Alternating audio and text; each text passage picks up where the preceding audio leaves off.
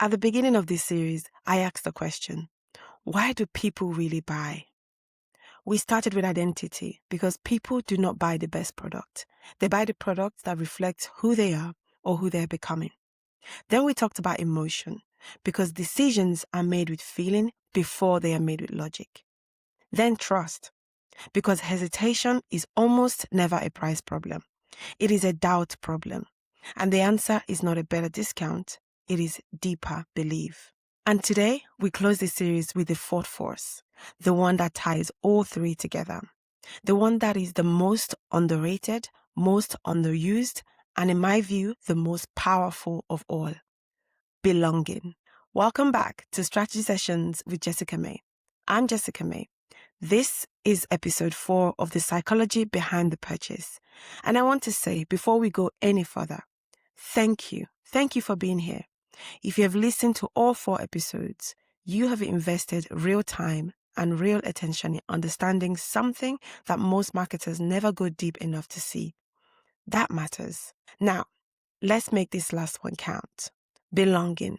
It sounds soft, maybe even a little abstract. But I want to make the case today that it is the most powerful marketing force of the 4. Because when someone feels like they belong to something you're building, they stop being a customer. They become part of it. Let me start with something that goes deeper than marketing. Humans are tribal by nature. This is not a metaphor. This is evolutionary psychology. For most parts of human history, belonging to a group was not a nice thing to have. It was a survival mechanism. Exclusion from the tribe was dangerous. Inclusion was safety. The brain is literally wired to seek belonging and to register rejection as a threat. That wiring has not gone away. It has just moved into different contexts.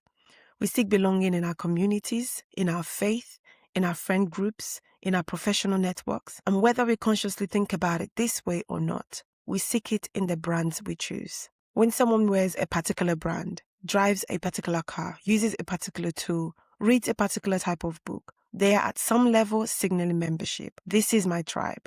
These are my people. This is who I am. Think about the communities you belong to. Your church, your business network, your online spaces. The reason those feel meaningful is not just the information or the services they provide. It is the feeling of being among people who understand you, who speak your language, who share your values and your tensions and your sense of what matters. That feeling is belonging. And your audience is looking for it everywhere, including from you. For purpose-driven entrepreneurs, this is not abstract. Your audience is not just looking for a service or a strategy or solution. They are looking for a community of people who understands their value, their language, their particular tension between purpose and profit, their deep sense of calling.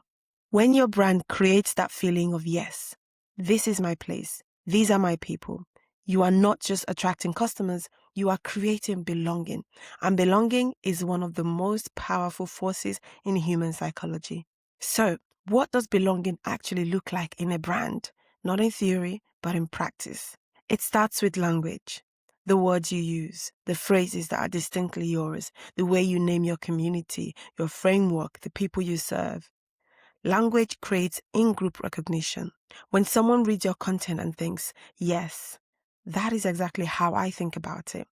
That is belonging beginning. Think about the language that is distinctly yours.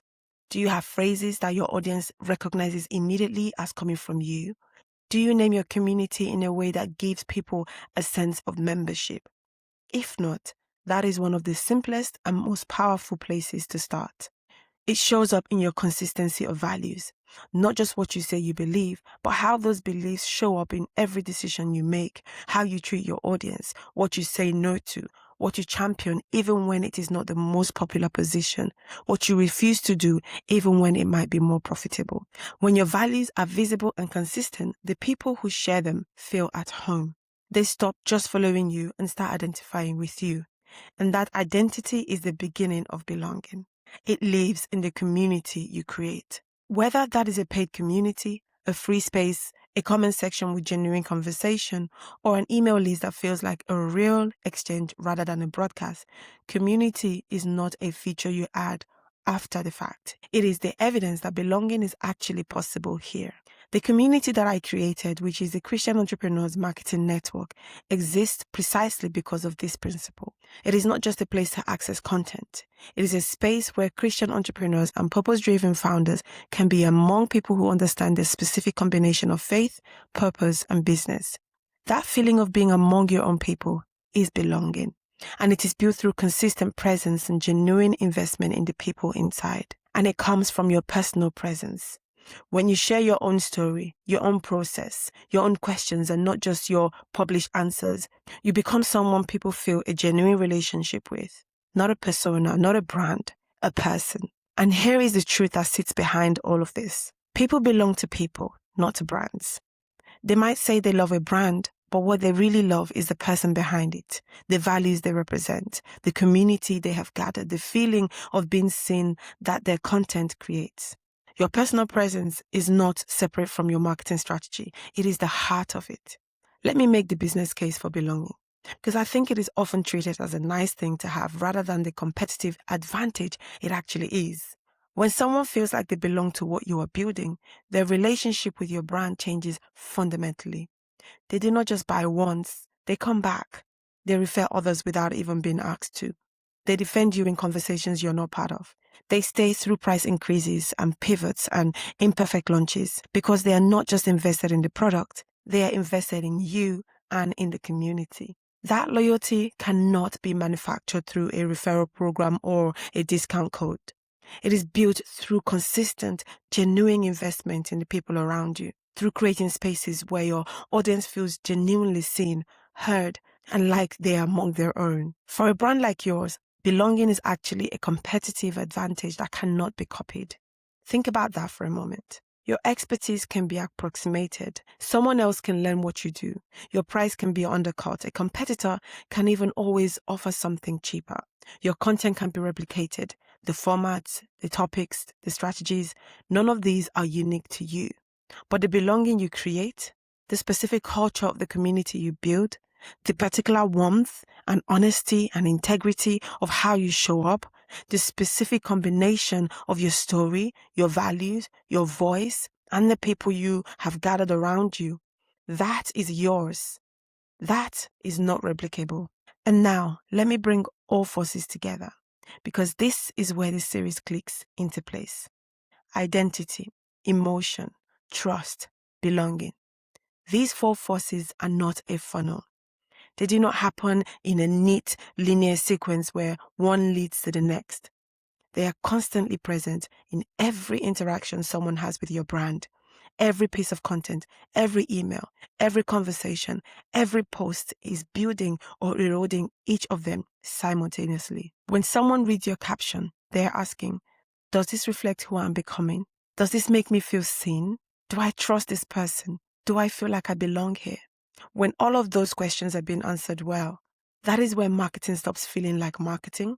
That is when it starts feeling like community, like home. Before we close this series, here are 3 things you can start doing to build belonging in your brand. First, name your community.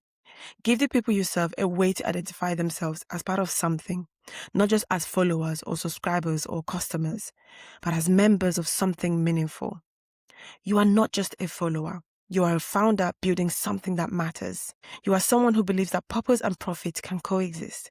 You are part of a community of people who are done with surface level tactics and ready for something deeper. Language that names identity creates belonging. When people can say, I am one of those people, they have already begun to belong.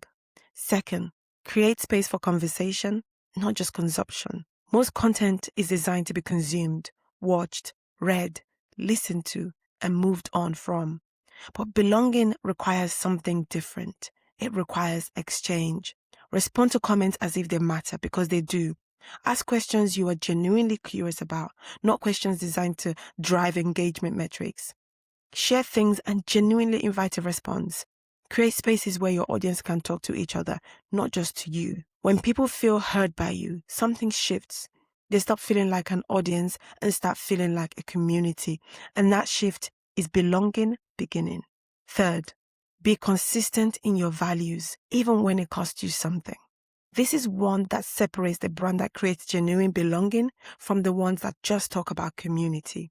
The moments that build the deepest belonging are not the moments when you do the easy, popular thing. They're the moments when you say no to the wrong client, when you call out a trend you genuinely disagree with, when you share something honest that not everyone will like, when you hold your values even when it would be more profitable to compromise them. Those are the moments your community sees who you actually are. And belonging depends around clarity, not around approval seeking. The people who are meant to be in your world will move closer when you show them who you really are. And the people who were never the right fit will quietly move on. Both outcomes are good. Identity, emotion, trust, belonging.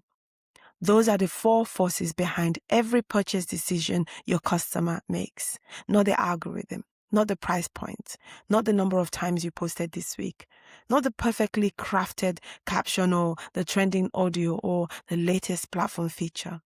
The invisible human forces that determine whether someone feels called toward what you're building or not.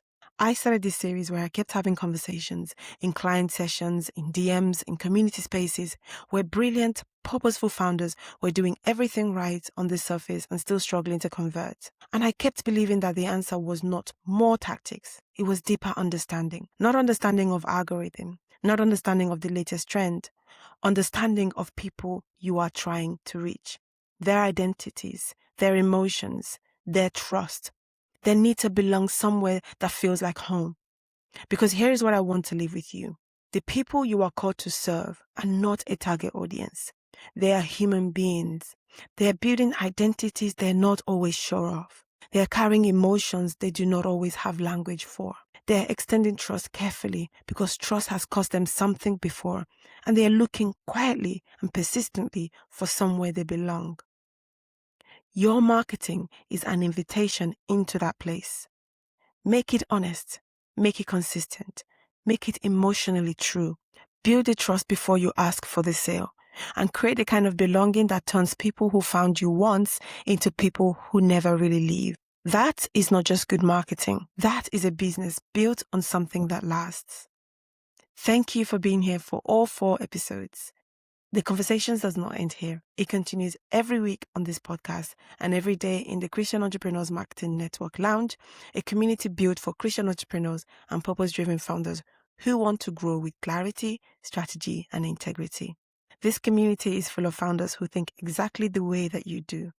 The link to join is in the show notes, in the captions, or on the screen if you're watching.